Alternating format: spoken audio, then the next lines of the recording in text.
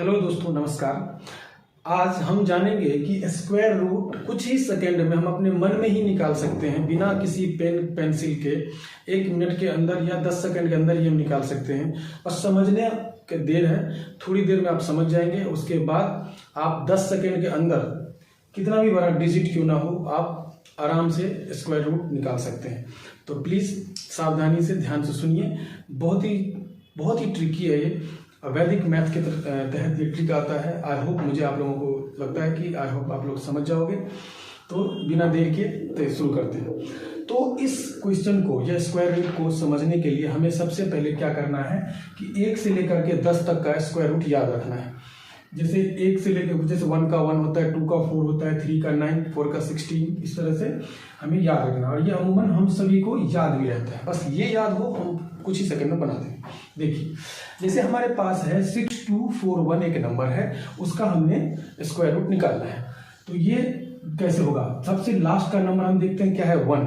तो हम 1 से लेकर के 10 तक का जो स्क्वायर है उसमें ढूंढेंगे कि कहां पर लास्ट में 1 है। तो हम देख पा रहे हैं कि 1 में 1 का स्क्वायर, 1 का स्क्वायर 1 लास्ट में आता है, और 9 का जो स्क्वायर है वहां पर लास्ट में 1 आता है।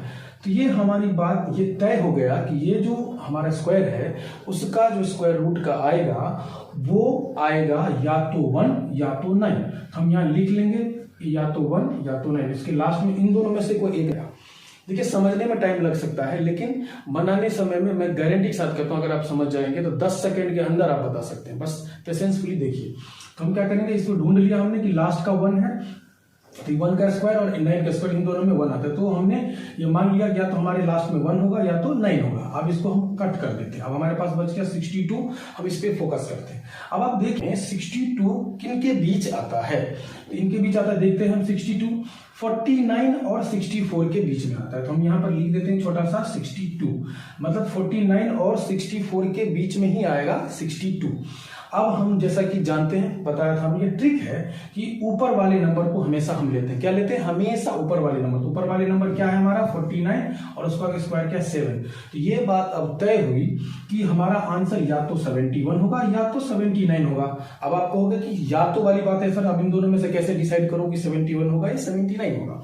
तो सिंपल सी बात है, ये भी आसान है। बस 1 सेकंड में आप समझ जाएंगे 71 होगा या 79 होगा। उसका आंसर देखने के लिए हमें एक बात और याद रखना है कि ये जो 62 है किसके नजदीक है, किसके नियरेस्ट नंबर है।